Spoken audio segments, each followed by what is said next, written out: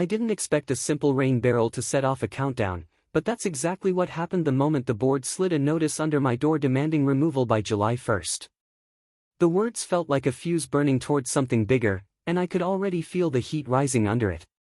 I kept staring at the date, thinking about my little water reserve tucked behind the hydrangeas and how fast everything could be taken from me. The lake shimmered outside my window as if it already knew this wouldn't be a normal week. I lived for my garden. That space had carried me through storms of all kinds, so hearing that an association rule I'd never heard of could wipe out the one sustainable thing I'd built, well, it stung deeper than I cared to admit.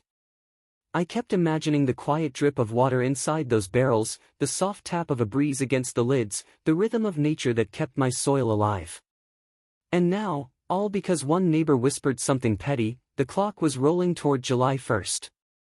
A threat wrapped in bureaucracy felt strangely personal, and I couldn't shake the sense that some kind of justice would have to bloom before this was over. The strange part was that nothing in the neighborhood handbook had ever said anything about rain barrels. I had checked it months before planting my lakeside beds. Still, the notice felt final, like the board wanted to make an example out of me. Even then, even as I traced the bold wording with my finger, a small part of me whispered that maybe this was the start of something bigger than compliance or defiance. Maybe the story wasn't about losing my barrels, but about what I'd discover in the scramble to save them. The sun dipped a little lower over the water, scattering gold across the surface, and I promised myself I wouldn't let the association push me around. Whatever this was, power flex, petty revenge, or some garden-hating rule cooked up overnight, I'd find a way to stand my ground. I just didn't know that the path to justice would start with a complaint from the last person I expected. Before all this, life at the lakefront looked peaceful from the outside. I had moved into the community 3 years earlier, excited about the walking trails, the calm waves, and the promise of a neighborhood that cared about the environment. The board often bragged about being eco-forward. They even placed pollinator-friendly signs next to the shared flower beds during spring. So the moment a drought warning crept into our region this year, setting up my barrels felt less like a choice and more like common sense. That was when I inherited my unspoken rival, a neighbor I'll call Ms. L. She carried herself like a queen of rules, always strolling past with a clipboard, checking for imaginary infractions. People joked that she acted like the board's private inspector. Her yard was immaculate, but the kind of immaculate that said she spent more time policing others than enjoying her own view. Her reputation drifted ahead of her like the sharp snap of a flag in wind. The trouble didn't come all at once. It started as a strange energy in the air, a rustle of judgment whenever I tended the garden, a too long stare at the corner where the barrels sat behind shrubs. I'd catch her glancing from the walking path as if she were hunting for something to report. The board meetings she loved to attend were often filled with talk about uniformity and property harmony, phrases that always felt less about aesthetics and more about control. When the drought advisory intensified, I expected neighbors to share tips and support each other. Instead, the association placed a printed reminder near the mail kiosk, to limit irrigation and avoid unnecessary water use. No mention of alternatives. No encouragement for sustainable choices. Just restrictions. That printed sheet would become my first evidence prop in this whole saga, because tucked in the bottom corner was a date stamp, posted April 11th. The same week I installed my barrels. I kept that page neatly folded in a drawer, not knowing yet how valuable it would become. The barrels themselves were tucked beside the house, painted to blend with the siding, placed on level blocks, and secured with screens to prevent any mosquito issues. I even added small shrubs to frame them, giving the area a charming, hidden look. They were functional and pretty. But beauty doesn't always matter when someone is searching for a reason to complain. I still remember the quiet morning when I noticed Ms. L walking slower than usual on the path. The air was humid, the lake glassy with the reflection of thick summer clouds, and she paused just long enough that my stomach tightened. She didn't wave.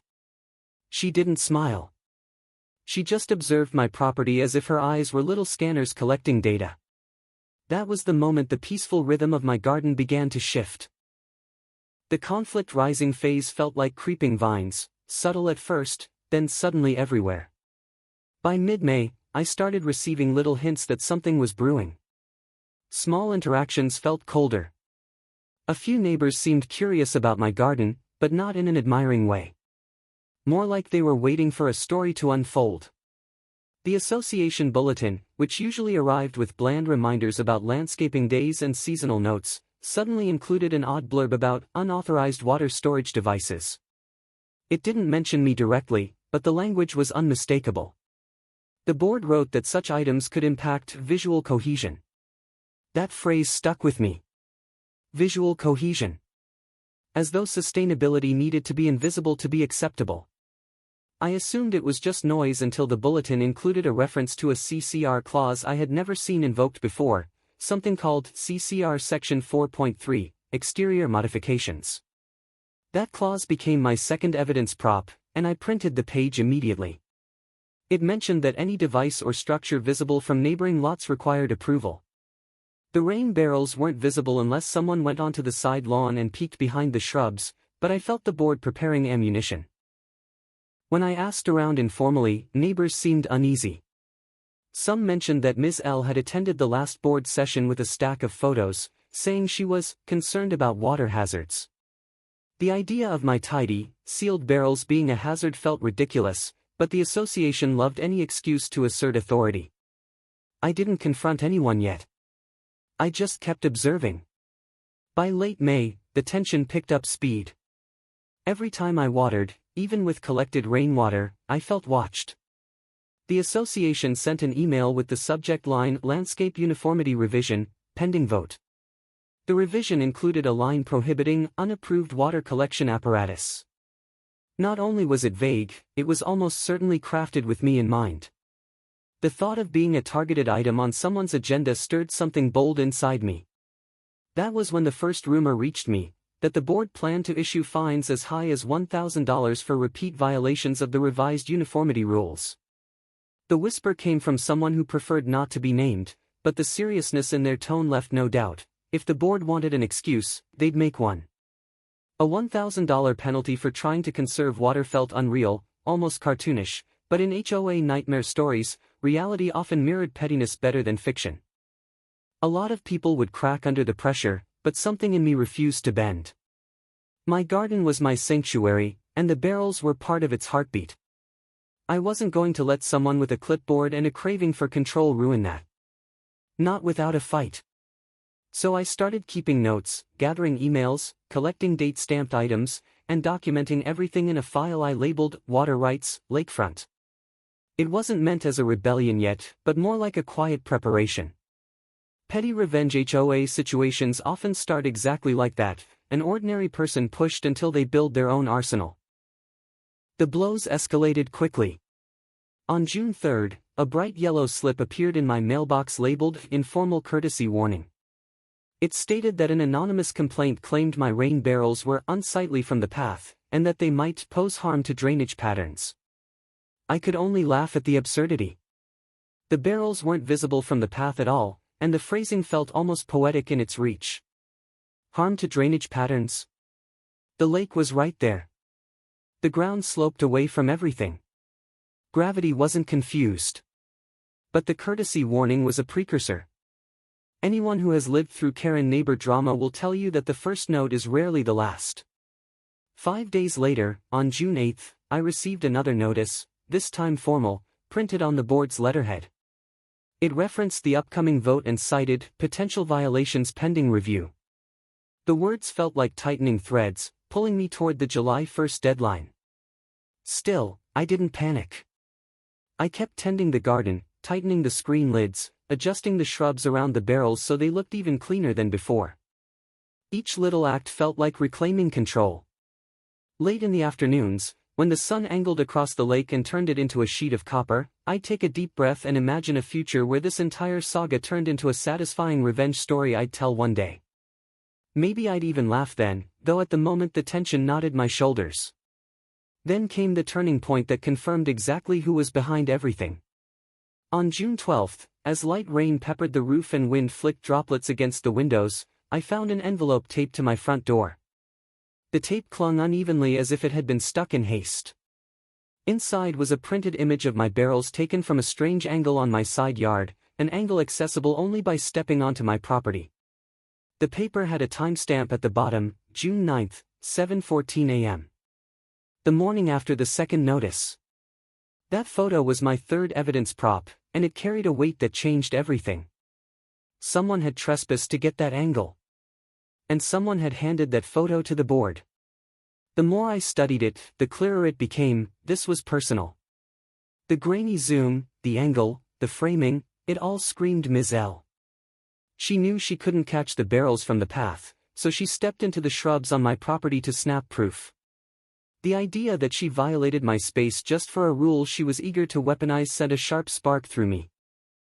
With the July 1st deadline looming and a potential $1,000 penalty circling like a hawk, I realized this wasn't only about water barrels anymore. This was about boundaries, my physical space, my right to care for my land, my voice in a community that acted as if homeowners existed to obey. And if someone crossed into my yard to undermine me, I'd need to grow something stronger than compliance. I closed the folder of printed notices and tucked it under a stack of gardening books, listening to the storm tapping against the siding. The entire situation pulsed like a storm front building offshore, waiting to break into something louder. I could feel it coming. And that's where the real fight began. The morning after discovering the trespass photo, something inside me clicked into place. The storm from the night before had left the yard damp, and thin rays of sunlight crept through the clouds as if carefully choosing where to land. I walked the perimeter of my property, noting every angle someone could have squeezed through. The moist earth showed faint impressions that weren't mine, small signs, but enough to stir a quiet determination.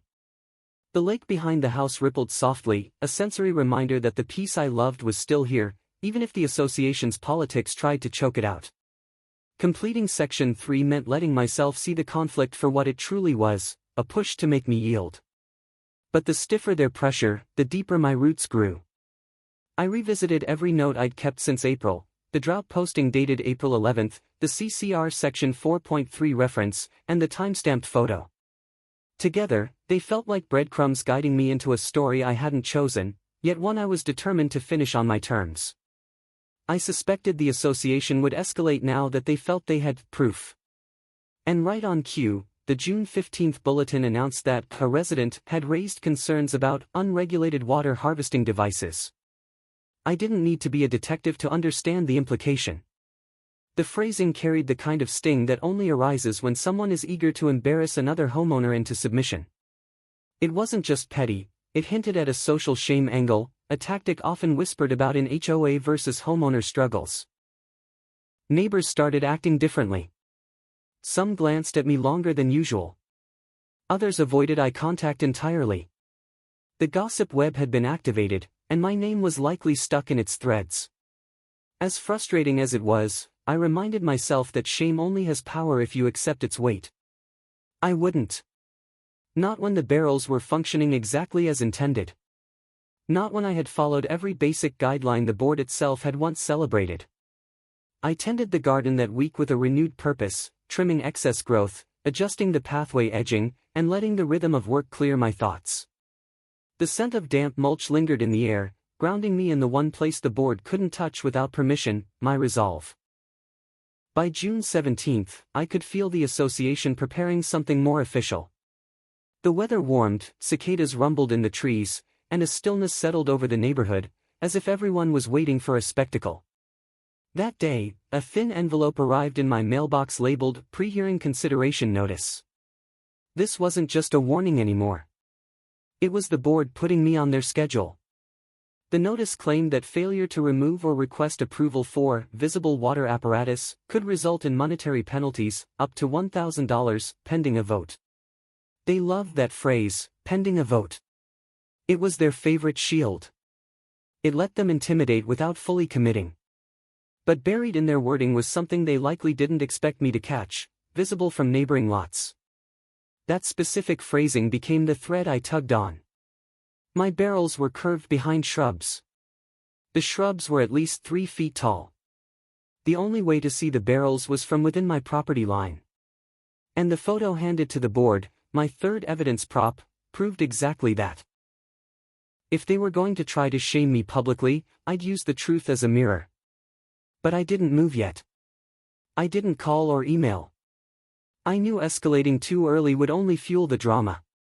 Instead, I documented everything from that day: time, weather, the envelope condition, and the names of the board members listed. These details felt like small stones gathering into a quiet fortress. The following evening, as the sun melted into a pink haze over the lake, I felt the creeping sense that the board wanted to push my buttons before the July 1st deadline. Their tactics were predictable. Their timing was obvious. But they underestimated how carefully someone like me, someone who listens to the land and watches patterns, could read their moves. Section 3 wrapped itself up like a storm front edging into the next, darker system. I knew we were crossing into the escalation phase when the association emailed a meeting agenda for June 22nd. Nestled between routine maintenance updates and budget notes was a line item titled, Water Storage Review, Resident Concern. If there was ever a subtle way to declare war, this was it. I spent that weekend preparing, not just emotionally, but strategically. I laid out my evidence props, reviewed my CCR printout, and drafted a timeline of events. The lake breeze slipped through the kitchen window as I wrote, stirring the corner of the photo. The whole situation pulsed with tension, but beneath it, I felt something almost thrilling. The association expected me to fold. They had no idea I grew stronger through resistance. I began noticing more attempts at influence around the neighborhood, too. Residents casually mentioned changes coming to the landscaping policy. A few hinted that the board was trying to modernize guidelines. It all felt rehearsed, like a coordinated push to make me the problem they could fix. But rules don't scare me when they're built on shaky foundations. And the more the board pressed, the more I wondered what might happen if I leaned into their pressure instead of backing away. This was no longer just about the barrels. It was about the larger theme that clung to the air: abuse of power. The association didn't care about water conservation or environmental harmony, they cared about control. And I wasn't about to let them wield it unchecked. Escalation truly ignited on June 22nd. The meeting was held in the community center, a place that always smelled faintly of lemon cleaner and old carpet. I didn't attend in person, I wasn't required to, but I watched the live-streamed minutes later.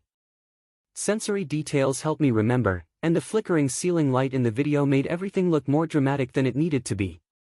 When the agenda reached Water Storage Review, the treasurer presented the trespass photo. My breath caught for a moment, not in fear, but in disbelief.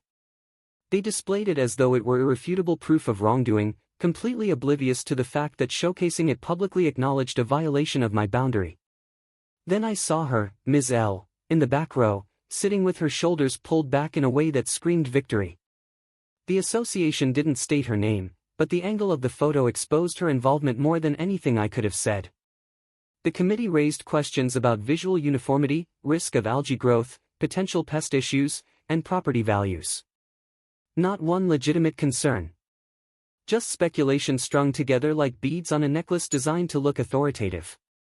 It was a classic HOA ridiculous rules moment: create a far-reaching problem where none exists, then act like heroes for solving it. I watched the recording twice. Then I closed my laptop and sat in silence, letting the weight settle. I realized that if the board had crossed the line publicly, I needed to counter publicly, and strategically. The money angle had already surfaced, and with fines creeping toward $1,000, the board expected me to cave. Instead, that looming financial threat became fuel. If they wanted to gamble with penalties, I'd match them with something far more disruptive: truth backed by community support. That night, I drafted the first outline of what would later become my waterfront petition. It wasn't a declaration of war yet, but it was the seed of resistance. And seeds, when watered carefully, tend to grow. The days following the meeting shook the neighborhood.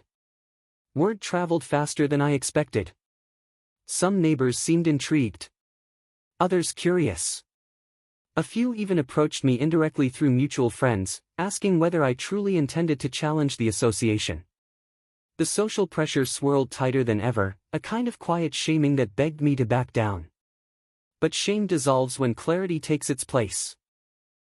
I spent time at the lake's edge each evening, letting the soft lap of water steady my thoughts. The air smelled of wet leaves and clay. Under the fading light, I revisited every rule in the CCR packet. That was when I noticed something the board had overlooked: a zoning section buried in the municipality's environmental guidelines, separate from the association's rules. A loophole. An opening. A path they wouldn't expect me to find. If my property touched the lake directly, and it did, the municipality allowed non-permanent water collection systems for conservation purposes, as long as they weren't anchored in the soil. My barrels sat on blocks, not dug in. That distinction changed everything. But first, I needed leverage. I needed signatures. I needed voices louder than mine. I started speaking quietly with neighbors on the waterfront, those who valued the lake as much as I did. I explained the drought concerns, the conservation benefits, and the loophole I'd discovered. People listened. People nodded. People signed. By June 25, the petition had 8 waterfront signatures. I needed more, but it was a start. And with each name added, the association's power felt a little less foreboding. The board must have sensed movement, because the next escalation arrived on June 26 as a printed, final notice: intent to fine. The document cited the July 1 removal deadline and warned that failure to comply could result in penalties up to $1,000. The word intent glowed like a challenge. Attached to the notice was an excerpt from a board agenda draft, my 4th evidence prop. It included a line suggesting corrective measures to maintain neighborhood harmony. Harmony, the word that bullies love to weaponize. The association wanted to appear fair, but their tone felt like a velvet-covered threat. This was the moment I realized the stakes had shifted again. The association wasn't merely enforcing a rule, it was protecting its pride. Someone on that committee didn't want to admit the loophole existed, and someone else didn't want their favorite resident reporter, Ms. L, to lose face. June 27 brought another wave of chatter around the neighborhood. A few residents hinted that the board was preparing a stricter stance on unauthorized apparatus adjacent to shared views. Shared views meant the lake. They wanted to pressure anyone who dared innovate. But the lake was my ally, not theirs. Its zoning protections were real, documented, and entirely outside the HOA's authority. The more the board pressed, the more confident I became in the plan forming inside my head. Section recap: over the past 2 weeks, the association escalated from warnings to formal threats, unveiled a trespass photo, and pushed a narrative that my barrels violated visual cohesion. In response, I uncovered a zoning loophole and quietly began gathering waterfront signatures. With the July 1 deadline closing in, the stage was nearly set for confrontation. Escalation wasn't finished with me yet. On June 28, a neighbor who signed the petition mentioned that Ms. L had been making comments during her morning walks, hinting that someone was trying to undermine the association. She didn't name me, but the insinuation lingered like a fog drifting low over the lake. It was social positioning, a strategy meant to isolate me before the deadline. But isolation loses power when you have allies. By that afternoon, I had 11 signatures, every waterfront household except one. The holdout was a quiet resident who rarely engaged with anyone, so their lack of response didn't surprise me. I didn't push. I didn't need unanimous support. I just needed enough voices to make the association hesitate. I drafted a cover letter summarizing the drought concerns, the environmental benefits, and the specific zoning guideline that allowed non-permanent collection systems on lakefront lots. I kept the language factual, steady, and free of accusation. The tone mattered. This wasn't a rebellion, it was a community clarification effort. That evening, under a sky streaked with fading orange, I assembled the petition packet. The breeze carried a faint scent of freshly cut grass from a nearby yard. Nature felt supportive, almost celebratory. It reminded me that this fight wasn't about pride or victory. It was about protecting something fragile and essential. When June 29 arrived, I delivered the packet to the board's drop box outside the community center. I placed the petition, zoning excerpt, and my neatly organized timeline inside a sealed envelope. The moment it dropped with a quiet thud, I felt something inside me shift, like planting a seed at the perfect depth. This marked the beginning of Section 5, retaliation. The board received my packet on June 30th, the morning before the deadline. I knew they'd read it quickly. I also knew it would unsettle them. Not because they feared the loophole, but because they feared homeowners realizing the association's authority wasn't absolute. Residents talk. Rumors spread. And the idea that the board might be overstepping carries a weight that even the strictest committee feels. Around noon, I noticed Ms. L pacing near the path again, her expression tight, shoulders stiff. She kept glancing toward my side yard, not approaching but observing. It was the behavior of someone who sensed control slipping through her fingers. That night, the board sent an email titled Upcoming Consideration of Water Collection Devices. Their wording shifted. Instead of definitive removal requirements, the message used phrases like evaluation and case-by-case review. It was subtle, but unmistakable. They were pulling back. It didn't mean the fight was over, not by a long shot, but it meant my plan was working. With July 1st hours away and the association wavering, the next move they made would reveal everything, whether they aimed to crush me, or whether they feared the pushback building beneath their feet. And that's where I'll leave this module, standing at the edge of the next turn, right before retaliation fully blooms.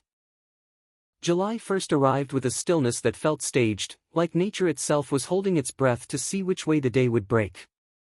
The lake behind my house looked unusually calm, its glassy surface catching the morning light in long strips of gold. My garden smelled of damp soil, and the air hummed faintly with cicadas warming up for the day. It was the kind of quiet that usually soothed me, but today it pulsed with anticipation. Retaliation wasn't about rage or spectacle for me. It was about clarity, precision, and reclaiming control inch by inch. Section 5 wasn't going to be a dramatic explosion, it would be the slow unfurling of a plan that began the moment the board underestimated me.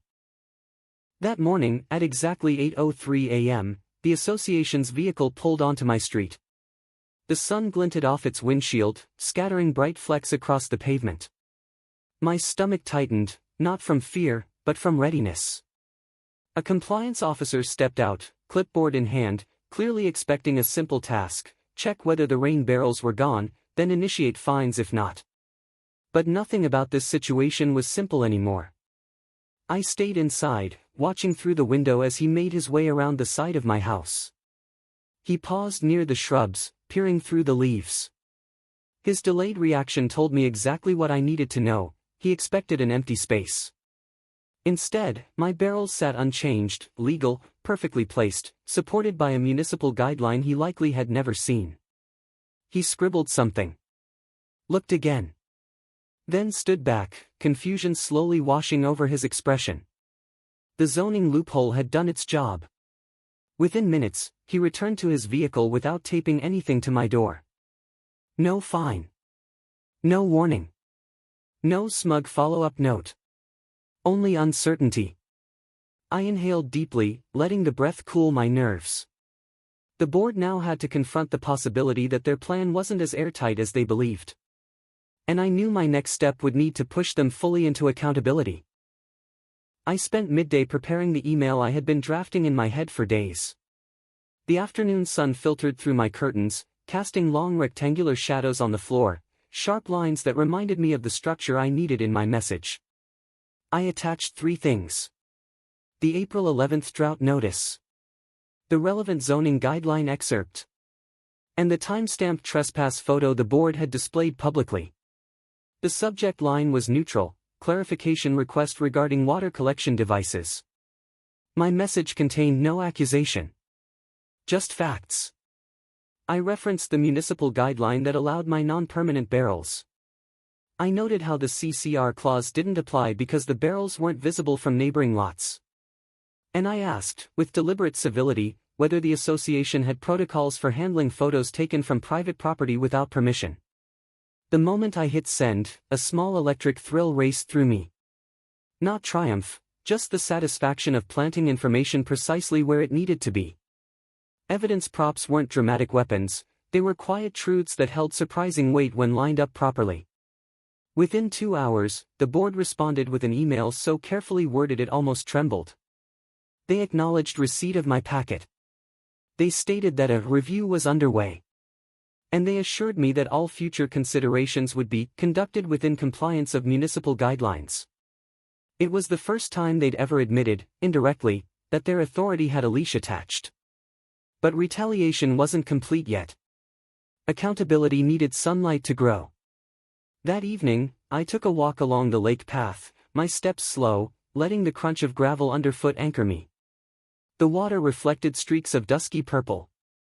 A few neighbors nodded at me as I passed, others looked curious, perhaps sensing the shift in momentum. Even Ms. L wasn't out that evening. Her absence felt telling, like someone retreating behind curtains after losing the first round of a battle they weren't prepared to finish. July 2nd ushered in a breeze that carried the earthy scent of wet reeds from the lake. I woke before sunrise, the sky still an inky blue, and drafted one more preparatory document for the next part of my retaliation, a community update letter addressed to the waterfront residents who had supported me. The letter thanked them for their signatures, explained the municipality's conservation rule, and detailed how the board's authority intersected with zoning boundaries. It wasn't fiery. It wasn't personal. It was informational, yet charged with enough clarity that anyone reading it would understand the association had overreached. I printed copies for those who preferred paper and emailed the others. The timing mattered. Delivering it before the board's July meeting ensured that residents would walk into that room, or review those minutes, fully aware of the limits of HOA jurisdiction. And the meeting? That was where the entire saga would pivot. Late that afternoon, an updated agenda appeared in my inbox. The phrase, water storage review, was still there, but now the description used new language, evaluation of resident-submitted materials, zoning compliance, and potential policy adjustments. It was the first indicator that the committee was preparing to soften their stance. But softening wasn't enough. The climax needed resolution. This time, I decided to attend the meeting. The community center buzzed softly with overlapping murmurs when I arrived. The fluorescent lights hummed overhead, casting a cool glow over the room. Chairs scraped faintly as people shifted, waiting for the session to begin. I took a seat near the middle, visible, but not confrontational. When the board reached the water storage review item, the room quieted. The president leaned forward, shuffling papers with the stiff precision of someone rehearsing a narrative they hoped would sound authoritative. But authority cracks quickly when truth, timing, and preparation line up. They began by acknowledging the drought. Then they mentioned the zoning guideline, saying they had considered new information provided by the homeowner. The president's voice wavered slightly. That was my first sign of victory blooming. They did not mention the photo. Not directly. But they did state that all inspection practices should be conducted from common areas only, a veiled admission that someone on their side had crossed a boundary. And then came the moment that felt like the narrative's heartbeat slowing into place. They announced that no fines would be issued for existing, non-permanent water collection systems located on lakefront properties where municipal guidelines superseded association rules. A pause. A breath. A spread of whispers through the room. And then they added. A committee would be formed to review environmental practices across the community, with participation open to any resident who wanted to contribute. Retaliation had blossomed into something bigger than protection. It turned into empowerment. I didn't smile. Not outwardly. I simply nodded, letting the cool calm of the moment wash through me. The scent of lemon cleaner in the room mixed with the faint hint of hot pavement drifting in through the door someone had propped open. Everything felt sharp and real. My barrels, my simple, practical, sustainable barrels, were a say. The final twist came not from the board, but from the community. After the meeting adjourned, several neighbors approached me. Some thanked me for the petition. Others expressed relief that the association wouldn't be penalizing them for similar eco-friendly setups in the future. A few even whispered about their own run-ins with petty oversight. Even people I barely knew seemed to understand that the fight had been about something larger than a set of barrels. It was about resisting an unnecessary power grab. It was about ensuring that the homeowner's voice, my voice, didn't get swallowed under layers of rigid committees. The social tide had turned, and though I didn't need applause, the shift reaffirmed the theme underpinning everything: boundaries matter. And protecting them is not rude, dramatic, or disruptive, It's necessary. The only person who didn't say a word to me that night was Ms. L. She slipped out a side door quickly, her expression tight, shoulders drawn in. It wasn't triumph that weighed on her, it was the sting of losing the upper hand. And in HOA revenge story circles, there's no reaction more telling than silence from someone who had been so loudly policing everyone else. Sometimes the most satisfying revenge isn't loud. It's the steady, unstoppable unraveling of someone's false authority. Over the next few days, the energy around the lakefront shifted noticeably. The breeze carried less tension. Conversations felt lighter. And the association, whether out of caution or embarrassment, refrained from sending any further notes, warnings, or veiled threats my way. My barrels sat quietly behind the hydrangeas, collecting the sweet early July rain that dripped in rhythmic plinks during the afternoon showers. I checked them daily, tightening a lid here, adjusting a block there. Each small act felt like reclaiming space that had once been overshadowed by petty oversight. I reviewed my folder of evidence props, April 11th posting, CCR Section 4.3 printout, the trespass photo, the agenda excerpt, and decided to keep them filed neatly away. Not out of paranoia, but out of pride. They were the stepping stones I walked on to reach justice. They proved that an ordinary homeowner, armed with patience and facts, could push back against unnecessary pressure. And in a way, I felt grateful for the entire ordeal. It transformed me from a quiet gardener into someone who understood how to navigate committee politics. It connected me with neighbors who valued the same things I did. It made my garden feel not just beautiful, but earned. In the aftermath, I'd often sit by the lake during the late afternoons, letting the golden hour light shimmer like molten glass across the water. The gentle slap of small waves against the rocks provided a soft soundtrack to reflection. The cost of the fight hadn't been monetary, no fines, no penalties. But it did cost time, energy, and a slice of peace. Yet that loss was temporary, replaced by a deeper understanding of my own limits and the boundaries I was willing to defend. The association never apologized outright. They rarely do. But their policy adjustments, their softened tone, and their sudden insistence on ethical inspection procedures were apologies in their own way, quiet concessions carved into meeting minutes. And my garden? It flourished. The rain barrels fed my hydrangeas, my roses, my herbs. Everything bloomed brighter in July, as if celebrating a victory of their own. I found myself smiling more often as I watered the beds each morning. The scent of basil drifted upward. Bees flitted lazily among the flowers. And the barrels, once a thread in the board's eyes, now stood as small monuments to resilience. Even now, when I pass other homeowners tending to their lakefront gardens, some offer a knowing nod. They understand that one person pushing back can shift the culture more than any committee rule ever will. Tell me your HOA horror in one line.